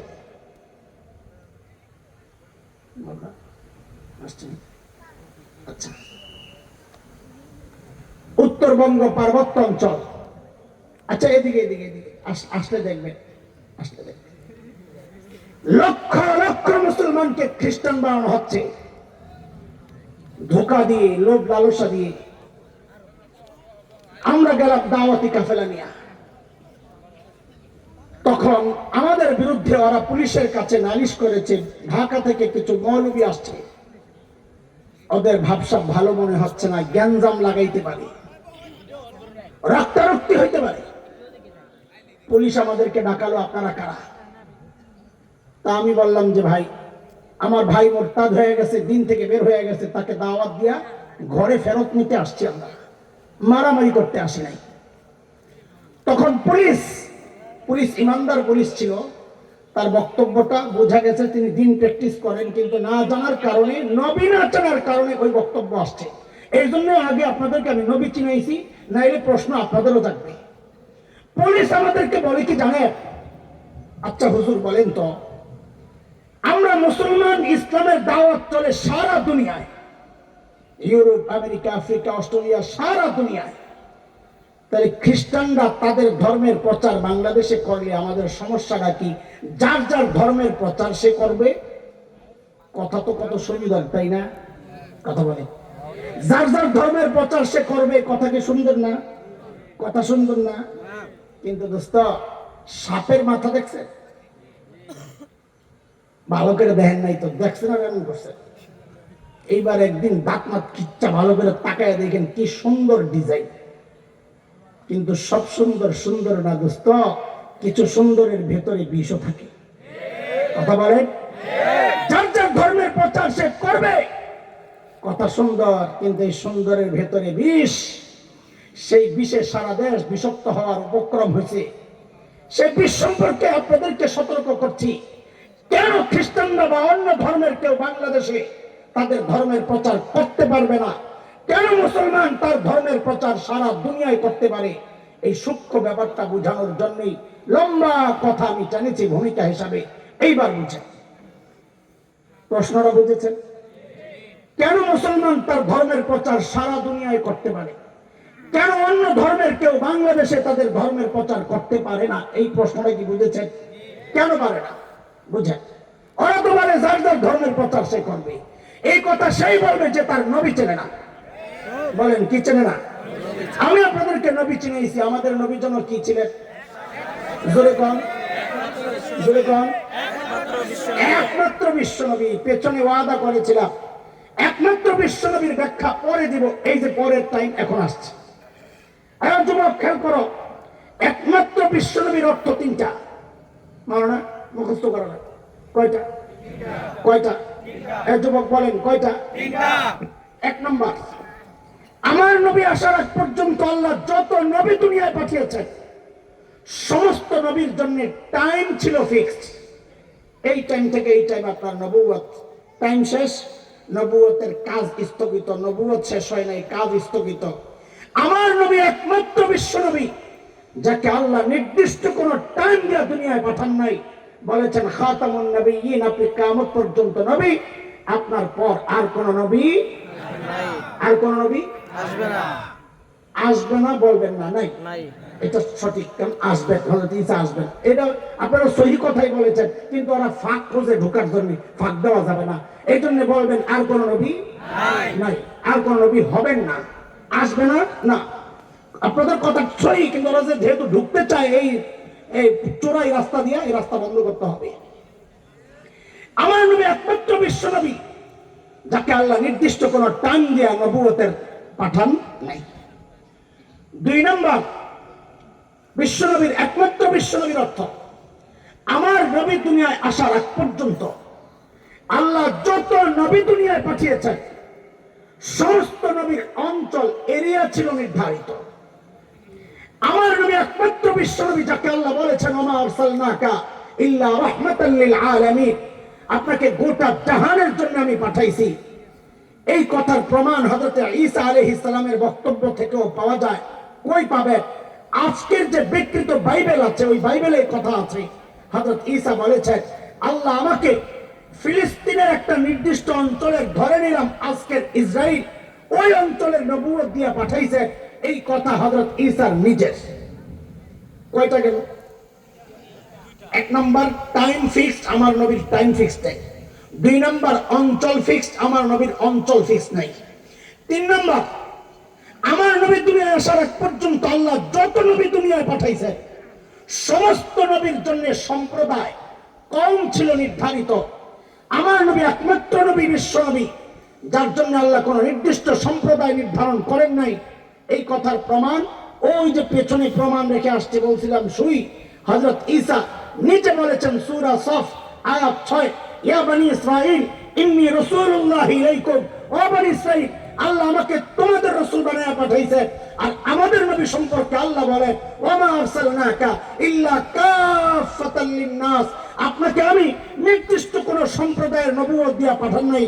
আপনি হিন্দুর নবী, খ্রিস্টান, ইহুদি, বৌদ্ধ, মগ, মোরাং, গারো, চাকমা, কুকি, সাঁওতাল, তিপ্রা সহ যত জাতি এই জগতে বাস করে সমস্ত জাতির নবুয়ত দিয়া আমি আল্লাহ আপনাকে দুনিয়ায় নবুয়ত দিয়া পাঠাইছি। একমাত্র বিশ্ব নবীর অর্থ কয়টা বললাম? তাড়াতাড়ি তাড়াতাড়ি, কয়টা? আবারও বলে, এক নম্বর, আমার নবীর জন্য কোনো টাইম ফিক্স ছিল না, সমস্ত নবীর টাইম নির্ধারিত।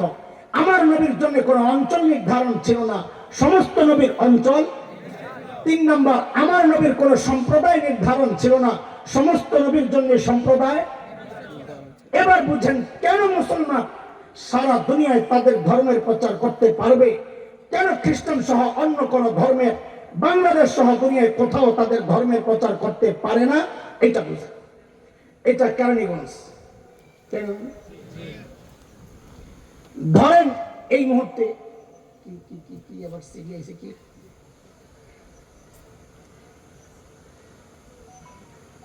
আচ্ছা আচ্ছা, মাশাআল্লাহ মাশাআল্লাহ, আলহামদুলিল্লাহ। হুজুর চলে আসতেছেন না, কাছাকাছি আসছেন, মাশাআল্লাহ, আলহামদুলিল্লাহ। মরার গোষ্ঠী সেতা বেড়ার লাগে এত আস্তে আলহামদুলিল্লাহ কইলে হুজুরে গা ঠিক আছে।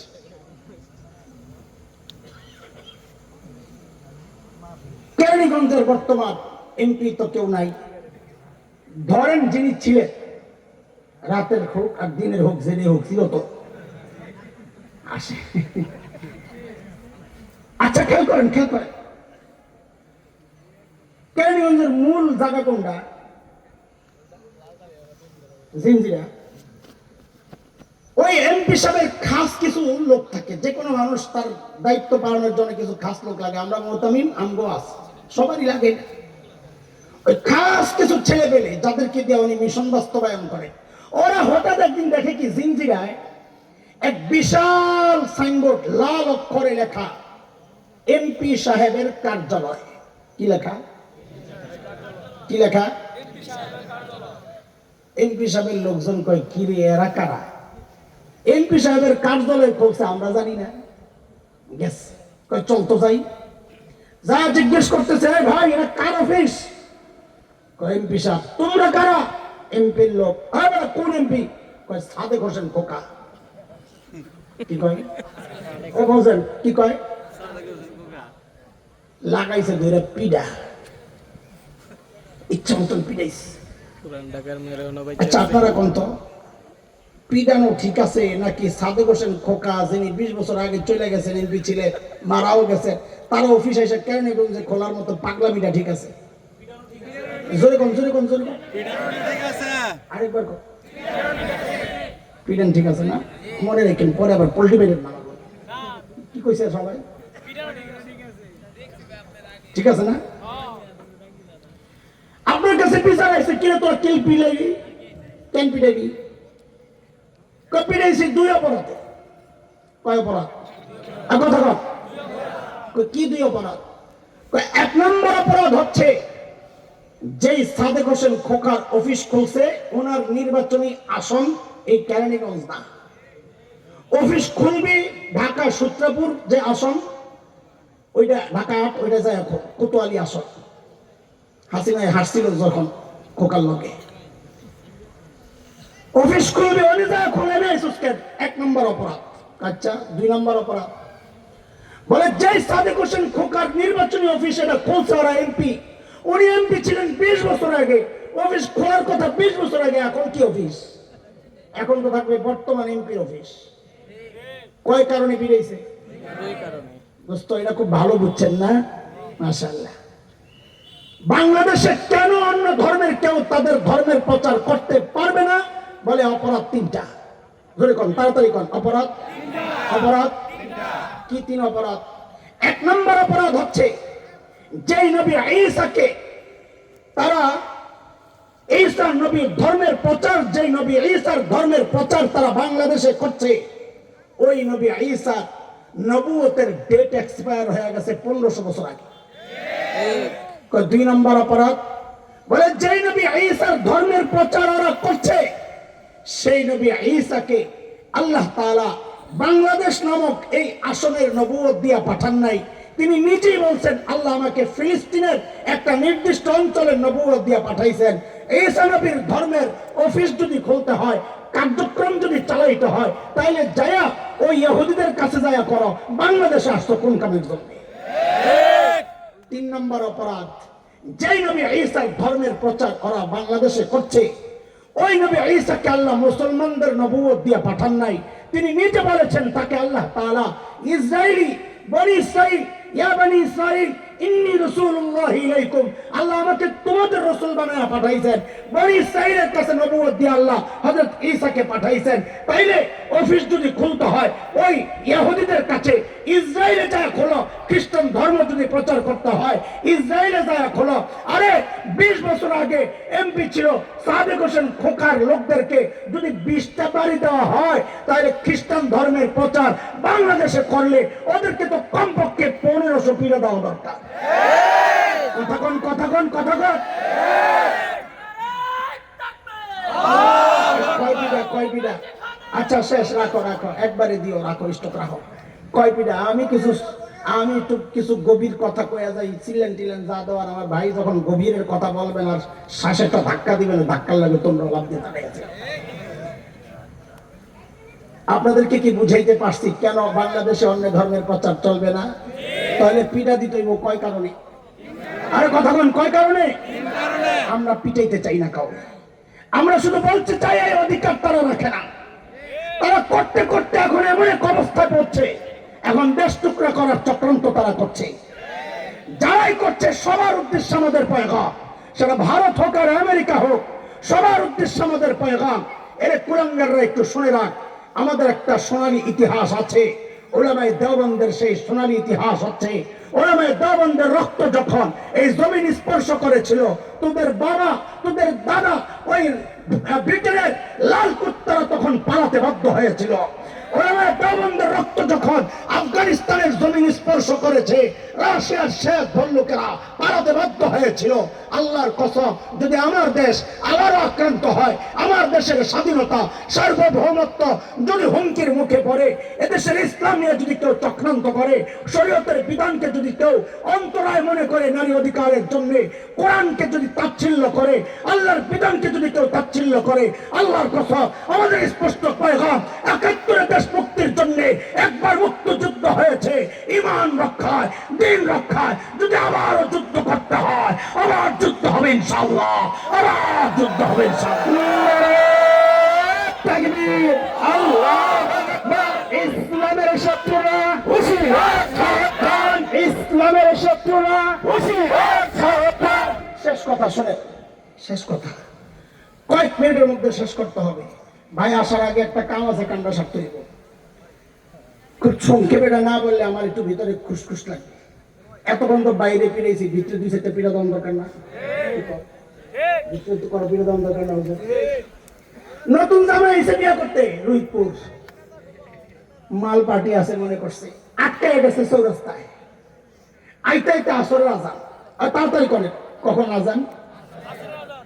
এখন বিয়ে শাদী হবে, এরপরে খাবে, খানা তো এমনি ঠান্ডা হয়েছে, এবার যাবো বাসি বিয়া।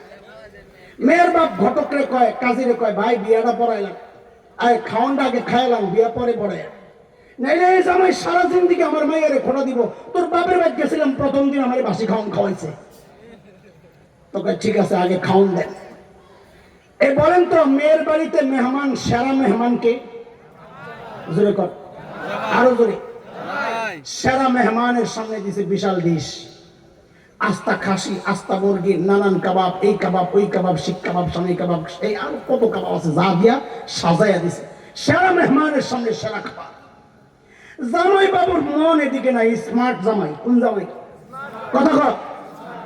জামাই বাবু তাকায় রয়েছে, প্যান্ডেলের বাহিরে একটা ময়লা রাখার জন্য ঝুড়ি রাখছে, ওইখানে বাচ্চাদের নাকের শ্রেষ্ঠা লাগানো আঠালো পোলাও বানিয়ে ফেলাইছে, মুরগি খায়া হাড্ডি নিয়ে ফেলাইছে, লেবু চিপ্পা রস খায়া ছিলকা নিয়ে ফেলাইছে।